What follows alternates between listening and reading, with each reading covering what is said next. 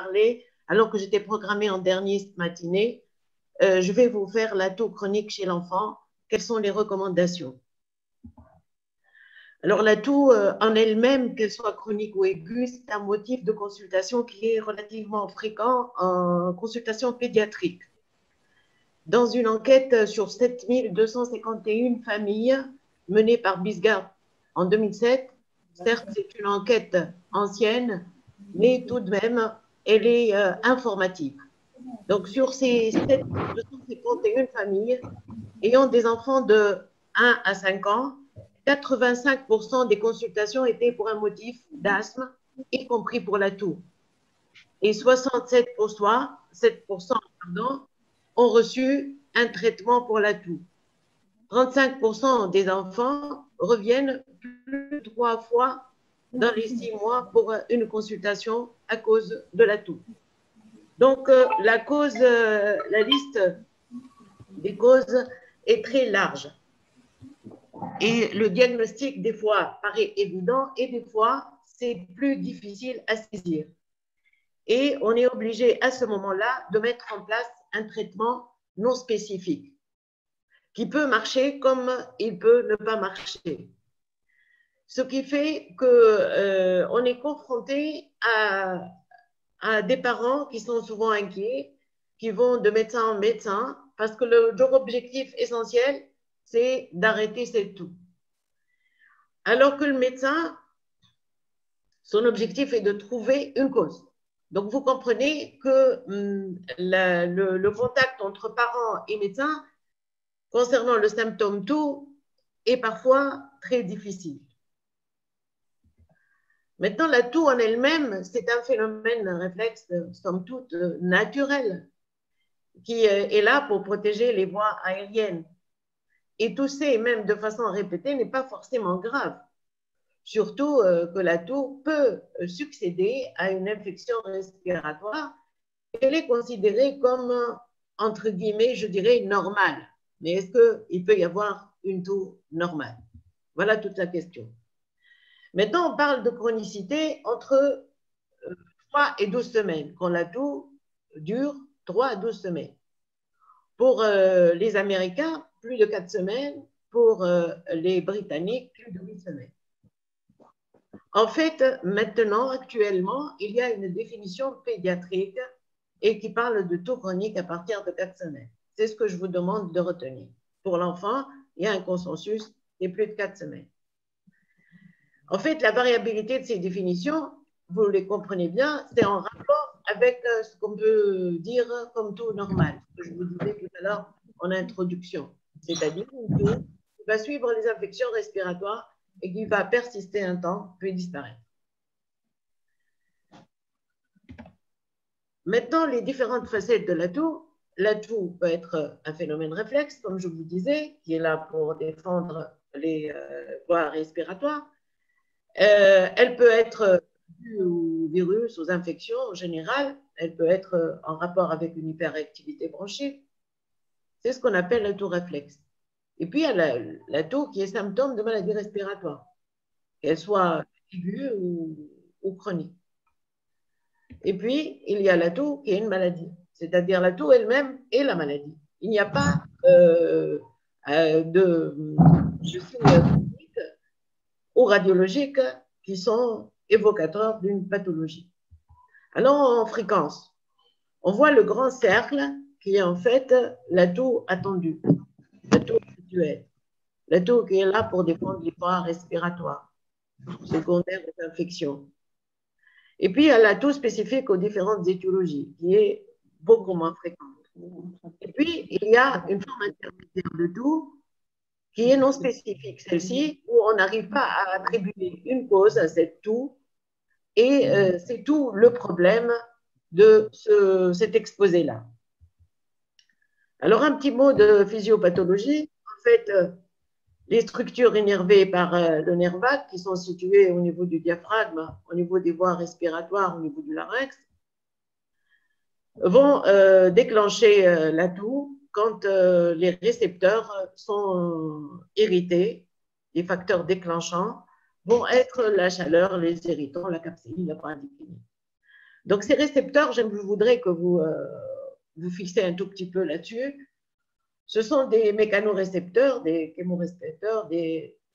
chémorécepteurs, des nocicepteurs. Ils sont situés tout au long des voies respiratoires, du larynx, au niveau de la branche, au niveau de la trachée. Et ces récepteurs-là, TRPA, vont être déclenchés ou stimulés par différents réflexes. Et cette stimulation peut avoir un seuil qui est abaissé, et donc elles vont, lors de certaines particularités pathologiques, peuvent être déclenchées. Alors, quand on prend un enfant qui a une toux chronique, donc on a dit plus de 4 semaines, la première visite, elle est de toute importance, parce que c'est là où on va avoir le maximum d'idées possibles. Et donc, on doit être très minutieux dans notre interrogatoire. Bien sûr, en évaluant d'abord l'âge de l'enfant, parce que tout est en rapport avec l'âge. Et après, on va poser quand et comment la toux a-t-elle débuté? Est-ce qu'elle a débuté après une infection? Si le médecin est nous-mêmes, c'est-à-dire qu'on a vu l'enfant faire son infection, et on va suivre par la suite l'évolution des choses. Est-ce qu'il y a un contact familial? Je pense à la tuberculose. Je pense aux germes atypiques qui peuvent être contagieux, au virus. L'apparition est-elle brutale? Il faut penser au corps étranger. Quelles sont ses caractéristiques? Elle est sèche, productive. Et en fonction de cela, on pourra s'orienter vers certaines étiologies plutôt que d'autres. Est-ce qu'elle est rauque? Est-ce que l'enfant vomit? Émétisante? Est-ce qu'elle est diurne ou nocturne? Est-ce qu'elle disparaît la nuit? Ça, c'est aussi un élément important. Est-ce que cette toux est isolée? Elle peut être accompagnée de sifflements, de fausses routes, de bronchorrhée, est-ce qu'elle apparaît à l'effort? Est-ce qu'il y a un retentissement sur la croissance de l'enfant? Est-ce que l'enfant est particulièrement fatigué? Y a-t-il des facteurs qui déclenchent? Par exemple, la saison hivernale. Est-ce que c'est au coucher? On pense au reflux. Est-ce que c'est après un effort? Après une exposition au froid? Et puis, quelles sont les modalités évolutives de cette toux? Est-ce qu'elle va en s'aggravant? Est-ce qu'elle va répondre au bêta-2 mimétique? Ou est-ce qu'elle répond aux antibiotiques? Est-ce qu'elle répond aux corticoïdes? Donc là, je pense plutôt à l'asthme. Est-ce qu'il y a des antécédents familiaux d'atopie ou de maladies respiratoires connues? La dyskinésie ciliaire primitive, par exemple. Quelle est la nature de l'environnement? Est-ce que cet enfant est exposé au tabac parental? Est-ce que sa maison est humide? Quelles sont les conditions de garde de l'enfant? Tout ça, c'est des éléments importants d'interrogatoire et qui peuvent nous amener à avoir une idée déjà d'emblée lors de la première consultation. Et puis, l'examen clinique, bien sûr, il doit être complet, comme tout examen clinique d'un enfant. Prend en considération l'aspect général de l'enfant, son poids, sa taille, mais il va s'orienter essentiellement sur 3 organes, le poumon, la sphère ORL et le cœur. Donc, l'auscultation cardiaque doit être minutieuse, mais également surtout l'auscultation pulmonaire, parce qu'il peut venir l'enfant pour une toux, mais qu'on va retrouver à l'auscultation des sibilants, des crépitants, localisés ou diffus, et cela peut nous aider à la étiologie. L'examen ORL, des fois, souvent négligé par les parents, les symptômes, on peut les voir dès la première consultation. C'est un enfant qui respire bouche ouverte, par exemple, et donc on voit très bien qu'il y a une obstruction sur le plan ORL. Et bien sûr, comme je l'ai dit au début, l'examen doit être complet et minutieux. Alors, les signes d'alerte, c'est surtout un encombrement bronchique permanent. Les infections répétées, qu'elles soient hautes ou basses, on pense au déficit immunitaire. Les épisodes de fausse route, il peut y avoir des malformations, des fistules, un wheezing ou un stridor permanent, une dyspnée ou 2 temps, un souffle cardiaque, une limitation des activités, un retentissement sur la qualité de vie. Donc, tout ça, c'est des éléments d'inquiétude. La courbe de croissance pour nous pédiatres est très importante parce que à partir du moment où l'enfant va pas bien et que sa toux est en rapport avec une maladie qui pourrait être grave, il va casser sa courbe de poids puis sa courbe de taille. Des fois, on peut retrouver l'hypocratisme digital des premières consultations. Je pense aux homéopathie interstitielle diffuse. Il peut y avoir une toux, une petite dyspnée, et puis en examinant, on voit un retentissement important, notamment que c'est un incontournable. Il nous faudra avoir une radio de thorax pour, en inspiration-expiration, si cela est possible, pour voir s'il y a une anomalie et nous inquiéter davantage. Elle pourrait d'emblée montrer, comme à droite, là, un emphysème bilatéral qui pourra être synonyme d'inhalation de corps étranger trachéo-branchique. Il peut y avoir une anomalie au niveau des arcs aortiques et la radio pourrait montrer cet aspect-là. Par ailleurs, on peut voir des poumons complètement pathologiques, de dilatation de branches, comme on peut voir cela dans les mucoviscidoses. Donc, alors, à la fin de la consultation, 9 fois sur 10, on est rassuré, la radio du thorax est normale, et puis on a une orientation. Et on va mettre en place un traitement d'épreuve qui peut aboutir souvent, et on l'espère, à la guérison. Mais des fois, il y a échec de ce traitement, et des fois, on n'est pas tout à fait à l'aise dès le départ parce qu'il y a des signes d'alarme. Et à ce moment-là, on va procéder aux examens de deuxième intention. Les examens de deuxième intention, soit on prend d'abord les causes les plus fréquentes, telles que par exemple faire l'endoscopie si on pense à un corps étranger, telles que la tomodensitométrie pour voir s'il y a des lésions pulmonaires, la recherche de tuberculose, ou bien des causes plus rares, telles que le test de la sueur, le bilan immunitaire, si on pense à un déficit immunitaire, ou l'étude des cils, surtout en faisant une étude génétique. Alors, je vais commencer par vous parler de certaines étiologies, et je vais commencer par une des étiologies qui est fréquente. Je ne dirais pas la plus fréquente, mais qui est relativement fréquente. Alors, les plus petits d'entre ceux qui nous consultent pour une toux ont plutôt ces végétations, ces amygdales. C'est en fait l'apprentissage immunitaire. Et ils ont souvent une obstruction nasale, un écoulement nasal, un ronflement nocturne. La toux, elle est plutôt grasse. Elle survient essentiellement l'hiver, mais elle pourrait être présente toute l'année. L'enfant à l'examen respire la bouche ouverte, il perd salive, et l'auscultation est normale, on le comprend bien. Alors, bon, généralement, on ne fait plus de radio du cavum de profil, on dit qu'on va aller faire le scanner, mais en fait, si on fait un examen par nasofibroscope, on voit les végétations et par la suite, la décision dépend de la gène. Donc, on est devant un petit enfant qui a l'âge de 4 ans et qui fait cette manifestation-là. Alors, bon, après, la décision, est-ce qu'on va enlever les végétations, les amygdales, ça, c'est à voir ultérieurement avec l'expertise. Il ne faut pas lui sauter dessus dans l'immédiat pour aller lui enlever les végétations. Donc, on va voir si cet apprentissage immunitaire va devenir nocif. Par contre, on peut lui améliorer la qualité de vie en mettant en place certaines thérapeutiques, des fois les macrolides pour leur effet anti-inflammatoire au long cours, des fois les anti-leucotriènes, des fois on peut mettre les corticoïdes nasaux.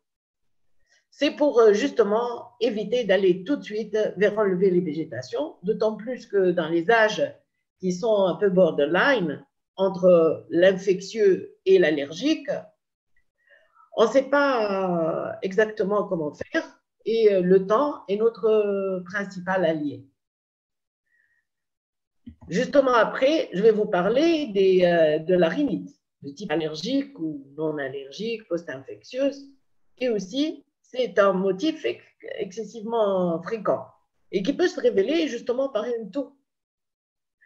Alors justement, l'enfant consulte pour la toux, mais très vite, au niveau de l'examen, on voit qu'il y a une obstruction nasale, un écoulement, un prurite nasal, des éternuements en salve.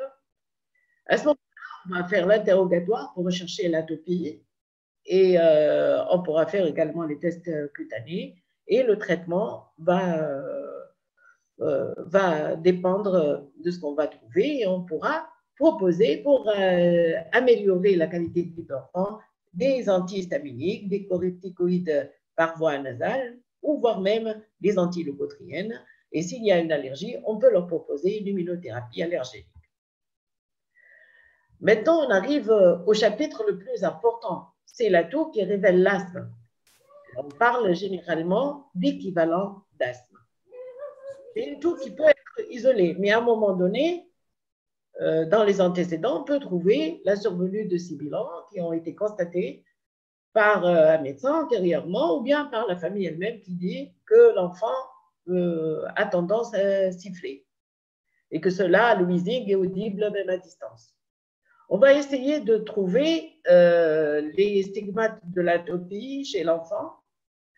Le pli que vous voyez au niveau de la paupière, l'eczéma, la rhinite allergique, pour conforter un peu notre diagnostic vers l'asthme.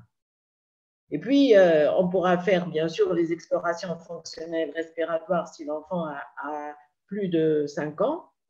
Et on va mettre en évidence le syndrome obstructif avec une courbe débit-volume qui montre cet aspect concave, empiétant sur aussi bien les débits que les volumes et qui va être réversible par les bêta de courte durée d'action de plus de 12% pour parler de réversibilité. Bien sûr, si la courbe débit-volume est normale, on pourra avoir recours au test de provocation bronchique par le carbachol et asthme ou l'acétylcholine et mettre en évidence cette obstruction. Les tests cutanés pourraient venir nous aider à renforcer le diagnostic parce que généralement, l'asthme est en rapport, surtout chez le grand enfant, avec l'allergie. Après, on va mettre un traitement d'épreuve de l'asthme qui est basé sur les corticoïdes inhalés ou bien les antileucotriennes des fois. Et on va avoir une amélioration et qui signe ainsi le diagnostic d'asthme puisqu'il y a une réversibilité. Alors maintenant, le gros problème, c'est la toux qui révèle un reflux. Avant, le reflux était un sujet très important qui a une grande place chez les pédiatres. Maintenant, au fil des temps, on a fini par le mettre en épiphénomène sur le côté et la prise en charge n'est plus très énergique le concernant. Pourquoi? Je vais vous expliquer. D'abord, sur le plan historique, pourquoi le reflux a perdu de son importance? Parce que le prépulside à prokinétique qu'on utilisait beaucoup trop avant, on a fini par l'enlever pour les effets secondaires. Et on a décidé, à ce moment-là, de réévaluer notre comportement vis-à-vis de la toux qui révèle un reflux. On la suspecte, cette toux, quand l'enfant tousse, une toux sèche en début de nuit. Et puis, cette symptomatologie s'associe à des problèmes respiratoires essentiellement, à savoir l'asthme ou les laryngites récidivantes ou même des infections ORL répétées. Mais très peu de symptômes digestifs nous amènent à y penser. Donc, vous voyez, il y a une pathologie respiratoire qui est prédominante. Je vais vous dire pourquoi c'est important de prendre en considération cela. Alors, bien sûr, on peut faire la pH-métrie, mais on en a fait aussi beaucoup. Et on a toujours ce profil de type respiratoire, à savoir plusieurs reflux de courte durée, donc pas très nocifs, survenant de façon bizarre et contradictoire dans la journée. Et donc, on a beau faire des pH-métries, on voit cet aspect-là. Et puis, finalement, la pH-métrie ne peut pas nous dire si on a un reflux de type acide ou plutôt de type alcalin. Et puis, si on met les inhibiteurs de la pompe à protons parce qu'on suspecte un reflux, on est très embêté parce que le reflux, comme je vous ai dit, d'abord, le reflux, on n'est pas sûr que c'est un reflux acide. D'autre part, les IPP, les inhibiteurs de la pompe à proton, n'ont pas beaucoup d'AMM chez les tout petits. Et d'autre part, il faut les utiliser pour 2 à 3 mois seulement. Alors, ce qui fait qu'on a décidé, et on a eu raison par la suite, de traiter la pathologie respiratoire. Et si on traite l'asthme ou les laryngites récidivantes, que ce soit par les corticoïdes inhalés ou les antileucotriènes, et bien, une fois on a obtenu le contrôle, l'asthme, le reflux disparaît. Donc, vous voyez, on fait le chemin inverse. Bien sûr, des fois, dans les formes sévères, comme je vous le dirai tout à l'heure l'après-midi quand on parlera de l'asthme sévère, il se peut que momentanément, on peut prendre un traitement anti-reflux par les IPP, mais c'est de durée très courte. Maintenant, je voulais aussi vous parler d'une pathologie généralement qu'on évoque chez les plus grands, les dysfonctionnements laryngés, chez les adolescents.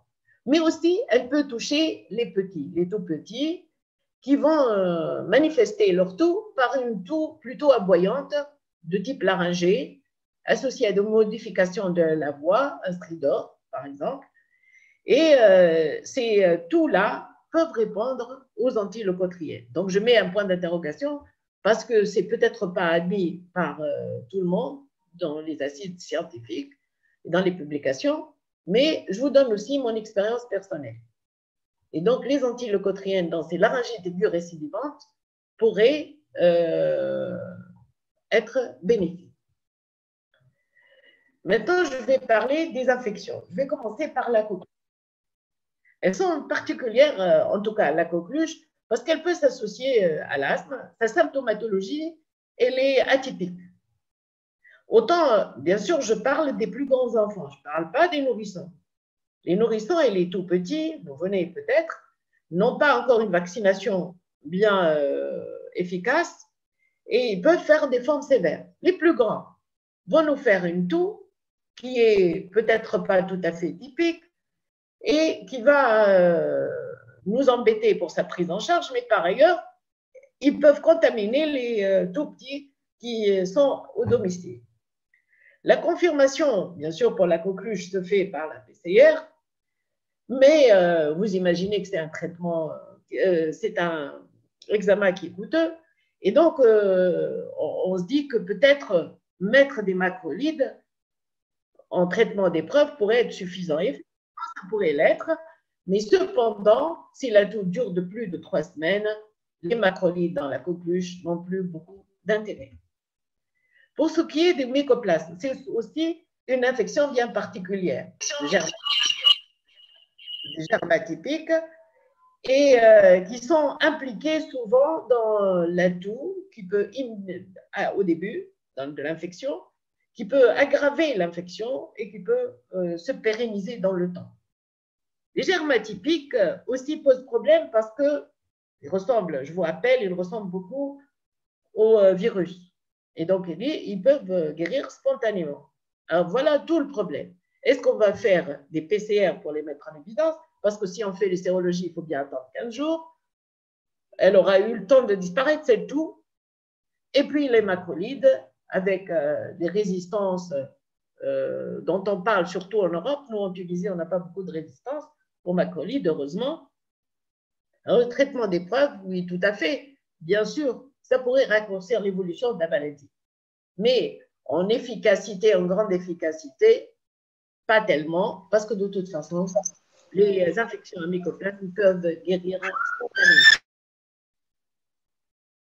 Là, je vais aboutir sur les troubles respiratoires somatotropes, qui sont situés dans un croisement entre tout ce qui est organique, fonctionnel, psychologique.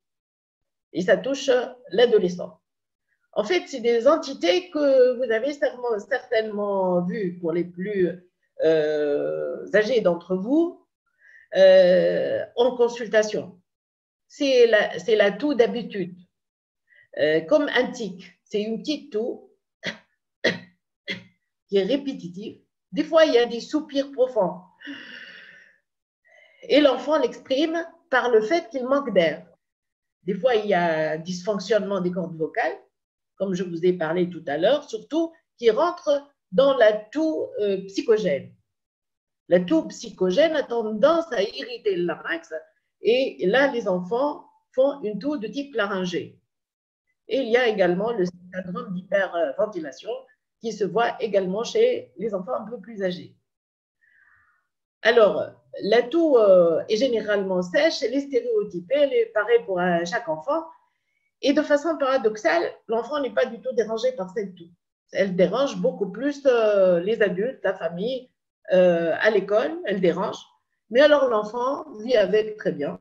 Et elle est toujours pareille pour lui, elle disparaît totalement au sommeil. Et ça, c'est sa caractéristique. Maintenant, également, elle résiste à tout traitement.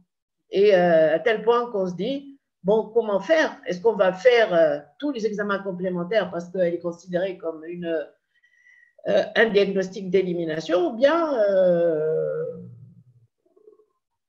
la traiter, on sait très bien qu'elle ne se traite pas par les thérapeutiques conventionnelles. Donc, on va verbaliser le diagnostic. On va leur dire, voilà, c'est probablement un problème psychologique, mais il ne faut pas s'inquiéter outre mesure. Et puis, peut-être, on peut aider l'enfant par un soutien psychologique. Alors, la minimiser, je ne suis pas sûre que ça pourra avoir un effet très positif. En tout cas, on est obligé de dire, voilà, c'est ça, c'est psychologique. Attention, ça peut cacher autre chose et donc il faut être vigilant, revoir l'enfant et voir l'efficacité d'un traitement, par exemple un sédatif PC, par exemple, et voir l'effet que ça peut faire sur l'enfant. Une entité particulière dont je voudrais vous parler, et je vous en reparlerai au cours des cours et du topo ultérieur qu'on aura ensemble, à savoir la bronchite bactérienne persistante, qui repose sur 3 critères. La toux grasse chronique qui répond aux antibiotiques et où il n'y a pas d'autre cause à cette toux. La prévalence est sous-estimée et elle est plus reconnue dans la littérature anglo-saxonne. Elle est due au fait qu'elle est due à une bactérie et il y a un biofilm qui se crée autour de cette bactérie qui la protège et en conséquence, il va y avoir une altération mucociliaire. Elle touche les enfants de moins de 6 ans et c'est une toux grasse qui dure de plus de 4 semaines. Elle est isolée. Elle a un examen clinique normal et une radio du thorax normale. Il faudrait la traiter par les antibiotiques, notamment l'amoxicilline, l'acide clavulanique ou les macrolides, pendant, j'ai marqué là 2 semaines, mais en fait, il faudra utiliser 4 semaines au moins. Avant, on insistait pour mettre en évidence le germe par le lavage broncho-alvéolaire, qui nécessite à ce moment-là une fibroscopie, qui est invasive. On peut faire les ECBC des fois, mais quand l'enfant est tout petit, on ne pourra pas les faire facilement. À tel point qu'on s'est dit à la fin, on va, devant une toux grasse, on met un antibiotique, notamment la mousse acide clave, et on va le maintenir pendant 4 semaines. Et puis, on va réévaluer la clinique, bien sûr, pour ne pas passer à côté d'une autre cause, d'une part, la radio va devenir ultérieurement anormale, où on aura des signes cliniques d'orientation, et surtout, pour avoir une efficacité et pas aboutir à la longue aux dilatations de branches. Je vais aussi vous parler d'un concept de la toux, l'auto-entretien de la toux. C'est ce que je vous ai dit tout à l'heure quand j'ai parlé de physiopathologie avec ces récepteurs TRVP1 et qui peuvent avoir un seuil de réactivité bas. Et cette toux particulière, elle a été essentiellement décrite chez l'adulte. Elle est assimilée à une neuropathie sensorielle. La compréhension de l'auto-entretien de cette toux traînante et inexpliquée est soumise à des facteurs qui sont déclenchants multiples. L'air frais, le stress, la parole, la fumée de cigarette. Alors, comme je vous ai dit, on l'assimile à une neuropathie sensitive par les paresthésies, l'hyperalgésie, l'allodynie. Et en conséquence, comment on va faire l'analogie? la paresthésie laryngée avec une sensation anormale du type de chatouillement de la gorge, l'hypertucie à des réactions aux stimuli comme la fumée de cigarette, ou l'hallutucie qui est déclenchée par un stimuli qui n'a rien à voir, qui n'est normalement, qui ne devrait pas provoquer la toux comme la parole. Donc ça, c'est une entité, je voulais un peu par curiosité vous la rapporter, mais elle est généralement vue essentiellement chez l'adulte. Donc, on se résume. Nous sommes devant un enfant qui tousse de façon prolongée plus de 4 semaines. On fait l'anamnèse, l'examen clinique, la radiothorax. Soit on est orienté, soit on pense aux causes les plus fréquentes, à savoir les causes ORL, l'asthme, la toux psychogène, la bronchite bactérienne persistante, et on traite. Ou alors, on est inquiet, ou il y a une anomalie quelque part au niveau de l'examen clinique, la radio, et là, on doit avoir des examens un peu plus poussés pour rechercher d'autres étiologies. Bien sûr, ne pas passer à côté d'un corps étranger, ce serait dommage, bien sûr, parce qu'il faut l'enlever dans les médias le plus tôt possible. Alors, quel traitement on peut proposer? Il y a beaucoup de gens qui parlent de thérapeutiques qui ne sont pas invasives, qui ne sont pas dérangeantes, qui sont un peu naturelles. La phytothérapie, le miel chez les enfants de plus d'1 an, l'homéopathie. Bon, il n'y a pas de preuves scientifiques fortes pour dire elles sont efficaces. Mais ce qu'on peut dire, c'est que pourquoi pas si elles peuvent nous faire passer un cap. En tout cas, elles n'ont pas d'effets secondaires importants. Par contre, il y a aussi des thérapeutiques beaucoup plus agressives, telles que tout à l'heure, ce que je vous disais avec les neuropathies, et donc des toux qu'on voit plus chez l'adulte, et le traitement peut être beaucoup plus agressif avec le laroxyle, les antagonistes des récepteurs. Mais bien sûr, ça a des effets secondaires et heureusement, ça ne nous concerne pas particulièrement, ça concerne plutôt les médecins d'adultes. Alors, pratiquement, je suis à la fin de l'exposé et pour dire, est-ce qu'on doit tout traiter en fin de compte? La toux attendue, dite normale, comme je vous ai dit tout à l'heure, il faut attendre. Mais attendre, cela est parfois difficile, amener les parents à attendre. Mais quand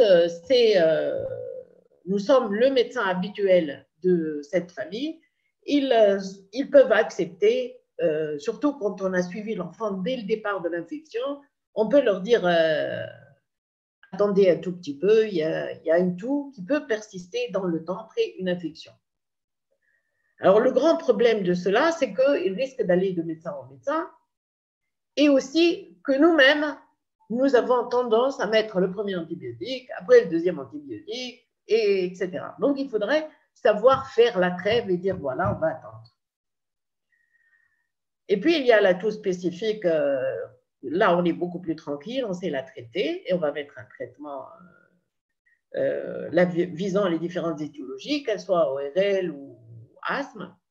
Et puis, on va essayer de voir l'évolution des choses. Et si le traitement ne marche pas, à ce moment-là, on pourra le modifier. Et puis, il y a la toux qui est non spécifique et qu'on va traiter en probabiliste. Si elle est grasse, on va penser aux bronchites bactériennes et mettre un antibiotique. Si elle est sèche, c'est plutôt de l'asthme. Et puis, il y a la toux psychogène qui disparaît la nuit. Voici le dernier organigramme.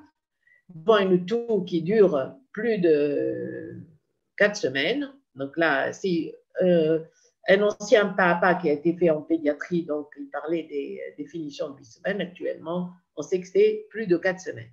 Alors, soit on a des signes d'alerte qui vont nous amener, que ce soit cliniques ou radiologiques, qui vont nous amener vers la toux dite spécifique avec les étiologies les plus fréquentes, la pathologie ORL, la bronchite bactérienne, l'asthme, et donc on va les traiter. Soit on a une pathologie beaucoup plus grave, et donc il faut faire les examens complémentaires plus exhaustifs pour la prendre en charge. Maintenant, ce qui est le plus embêtant, c'est quand nous sommes amenés, après avoir fait notre anamnèse et examen clinique, à une toux qui est dite non spécifique, Et à ce moment-là, comme je vous l'ai dit tout à l'heure, si elle est grasse, on va mettre une antibiothérapie en pensant à la bronchite bactérienne prolongée. Et si elle est plutôt sèche, les corticoïdes inhalés en pensant plutôt à l'asthme. Donc, pour conclure, la toux chronique est un véritable défi pour le clinicien. Il est attendu au tournant par les parents qui veulent absolument avoir une réponse, une disparition de la toux le plus tôt possible. Bien sûr, nous, médecins, on doit avoir une anamnèse, un examen clinique qui doit être minutieux, une radio de thorax qui fait partie même de l'examen clinique. Et puis, on va avoir souvent on retrouve une cause, ou en tout cas, on doit prendre en considération les pathologies les plus fréquentes, ORL et asthme, et les traiter. Ne pas oublier la toux psychogène, la bronchite bactérienne persistante, et puis, comme je vous ai dit, finalement, le reflux gastro-œsophagien, pour nous, ce n'est plus une cause très importante. On traite la pathologie respiratoire et en conséquence, on traite le reflux. Voilà, j'ai terminé.